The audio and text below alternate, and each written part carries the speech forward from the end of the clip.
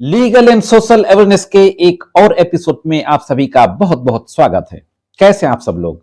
उम्मीद करता हूं कि आप सभी लोग स्वस्थ होंगे और अच्छे होंगे। मैं करीम अहमद सिद्दीकी एडवोकेट।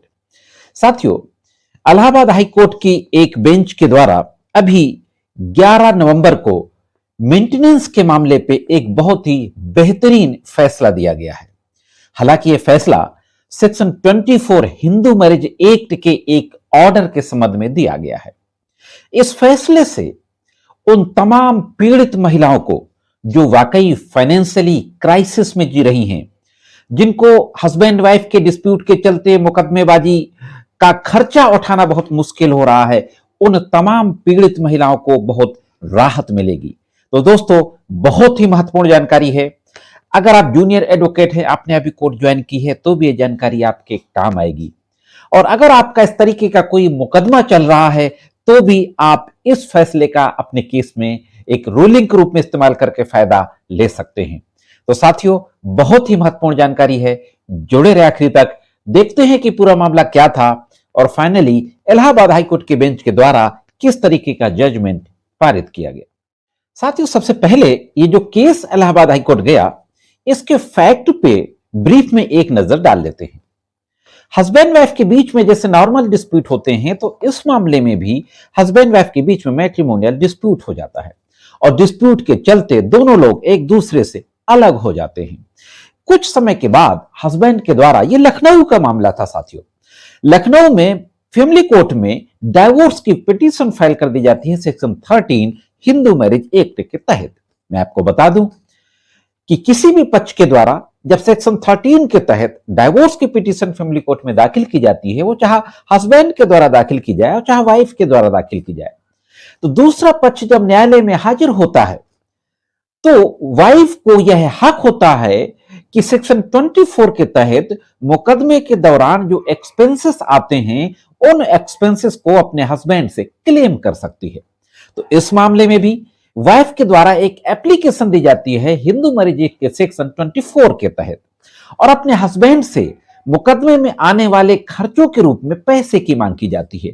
साथ ही साथ अपने लिए और अपने बच्चे के लिए भी मेंटेनेंस को भी क्लेम किया जाता है। अब देखते हैं दोस्तों कि लखनऊ फैमिली कोर्ट के द्वारा क्या ऑर्डर किया जाता है और इसके बाद उस आदेश के खिलाफ जब हाई कोर्ट जाते हैं, तो हाई कोर्ट में क्या होता है। दोस्तों, लखनऊ की जो एडिशनल फैमिली कोर्ट थी, जो इस मामले की सुनवाई कर रही थी, सेक्शन 24 हिंदू मैरिज एक्ट की वाइफ के द्वारा दी गई एप्लीकेशन की सुनवाई करते हुए एक ऑर्डर पारित किया जाता है। ऑर्डर यह किया जाता है कि हस्बैंड 50,000 रुपीज पूरे मुकदमे के खर्चे के लिए एक मुश्त दे अपनी पत्नी को। इसके अलावा 10,000 रुपया जो केस को 24 की एप्लीकेशन को फाइल करने की जो कॉस्ट आई, वो दे। इसी के साथ साथ 500 रुपया प्रति माह प्रत्येक तारीख पैसे के रूप में देने का आदेश पारित किया जाता है।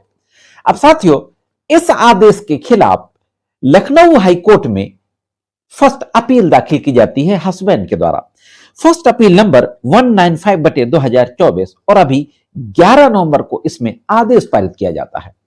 सबसे महत्वपूर्ण बात कही जाती है लखनऊ हाईकोर्ट के समक्ष हस्बैंड के एडवोकेट के द्वारा कि लखनऊ की फैमिली कोर्ट ने जो एक महत्वपूर्ण बिंदु था, उसको कंसीडर नहीं किया। वह बिंदु क्या था कि वाइफ बिना किसी प्लाउजेबल रीजन के, यानी बिना किसी रीजनेबल रीजन के अपने हस्बैंड को छोड़ करके अलग रह रही है।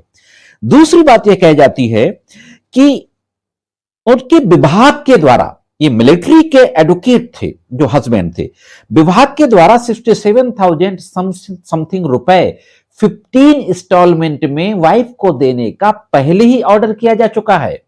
इस तथ्य की भी अनदेखी की गई पारिवारिक न्यायालय के द्वारा और इस तरीके से ये जो आदेश किया गया, 50,000 रुपया एक मुश्त पूरे मुकदमे को लड़ने के लिए, 10,000 रुपया 24 की एप्लीकेशन की कास्ट और 500 रुपया पर पेशी, यह आदेश सही नहीं किया गया और इस आदेश को सेट असाइड करने के लिए प्रेयर की जाती है।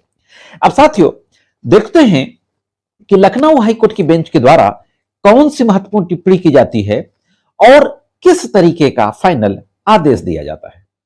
साथियों, इलाहाबाद हाईकोर्ट की लखनऊ खंडपीठ की बेंच जस्टिस विवेक चौधरी और जस्टिस ओम प्रकाश शुक्ला की डिवीजन बेंच के द्वारा इस मामले की सुनवाई की जा रही थी। एक बहुत ही प्रैक्टिकल और बहुत ही गंभीर और महत्वपूर्ण टिप्पणी की जाती है और यह टिप्पणी जजमेंट का हिस्सा है।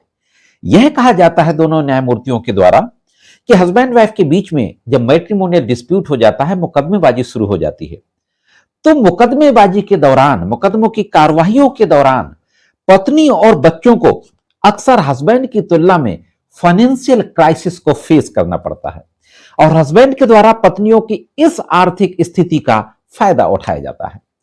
आगे टिप्पणी करते हुए कहा जाता है कि वैवाहिक कार्यवाही में पत्नी और बच्चों को, ध्यान दीजिएगा, बहुत महत्वपूर्ण बात कही जाती है, वाइफ और चिल्ड्रन को हस्बैंड और फादर के खिलाफ खड़ा किया जाता है। जैसा भी मामला हो, अधिकांश मामलों में वो समान स्तर पर नहीं होते। कोर्ट का मकसद यह था कि जो हस्बैंड की फाइनेंशियल स्थिति होती है, ज्यादातर मामलों में वाइफ की वो फाइनेंशियल स्थिति नहीं होती कि मुकदमे की कार्रवाइयों को अच्छे से वो फेस कर पाए। कुछ को अपने माता पिता, भाइयों और बहनों से आर्थिक सहायता मिलती है, कुछ अपवाद स्वरूप काम करके कमाते भी हैं। हालांकि सभी मामलों में महिलाएं और बच्चे अपनी आर्थिक तंगी के कारण वैवाहिक कार्यवाही का सामना करने में असमर्थ होते हैं। यह एक बहुत महत्वपूर्ण टिप्पणी की गई। सिर्फ इतना ही नहीं, आगे कहा जाता है कि यह जो प्रावधान है, सेक्शन 24 है हिंदू मैरिज एक्ट का, सेक्शन 25 है या 125 सीआरपीसी के तहत मेंटेनेंस की प्रोसीडिंग चल रही है तो इंटरिम मेंटेनेंस का प्रावधान है। तो कोर्ट के द्वारा कहा जाता है कि उक्त तो प्रावधान समानता की एक कल्पना को जन्म देता है, जिसमें पत्नी को पति के साथ कम से कम आर्थिक रूप से समान रूप में लाने का प्रयास किया जाता है, जिससे शुरू किए गए वैवाहिक मामलों को दोनों पक्षों के द्वारा उचित और समान रूप से आगे बढ़ाया जा सके। दोस्तों, कोर्ट ने आगे कहा कि जो विभाग के द्वारा 67,000 समथिंग 15 इंस्टॉलमेंट में वाइफ को देने का ऑर्डर किया गया था, अगर ऐसा कोई ऑर्डर हुआ भी है तो वह सिर्फ उनके जीवन यापन तक सीमित है। कोर्ट ने जो ऑर्डर किया सेक्शन 24 पे, वो मुकदमे की कार्रवाइयों के दौरान आने वाले खर्चों के लिए ऑर्डर किया है। इस तरह से साथियों, कोर्ट ने एक महत्वपूर्ण आखिरी टिप्पणी करते हुए अपना फैसला दिया कि पति का अपनी पत्नी का भरण पोषण का दायित्व विवाह के समय उत्पन्न हो जाता है, जबकि बच्चों के प्रति ऐसा दायित्व उनके जन्म के समय उत्पन्न हो जाता है। ये दायित्व कानून के संचालन द्वारा उस पर लगाए गए हैं। कैसे भी परिस्थितियां हों, भरण पोषण करना पति का एक पवित्र कर्तव्य है। यह एक महत्वपूर्ण टिप्पणी करते हुए पति के द्वारा इस ऑर्डर के खिलाफ फैमिली कोर्ट के सेक्शन 24 में जो ऑर्डर किया था 50,000 रुपया, 10,000 रुपया और 500 रुपया प्रति पेशी के हिसाब से, उस ऑर्डर को जो चैलेंज किया था फर्स्ट अपील के जरिए, हस्बैंड की उस फर्स्ट अपील को हाई कोर्ट की बेंच के द्वारा निरस्त कर दिया जाता है दोस्तों, और फैमिली कोर्ट के ऑर्डर को ओके कर दिया जाता है, सही पाया जाता है, सही ठहराया जाता है। तो यह थी दोस्तों एक महत्वपूर्ण जानकारी। मैं समझता हूं जानकारी आपको जरूर पसंद आई होगी। जानकारी कैसे लगी कमेंट्स करके जरूर बताएं। अगर आप चैनल में नए हो, वीडियो को पहली बार देख रहे हो, तो चैनल को सब्सक्राइब करके बेल बटन को हिट करके ऑल पे जरूर सेट कर दें। आज के इस एपिसोड में सिर्फ इतना ही। मिलते हैं किसी अन्य एपिसोड में कानून की कुछ अन्य जानकारियों के साथ। तब तक महत्वपूर्ण कानूनी जानकारियों के लिए देखते रहें लीगल एंड सोशल अवेयरनेस।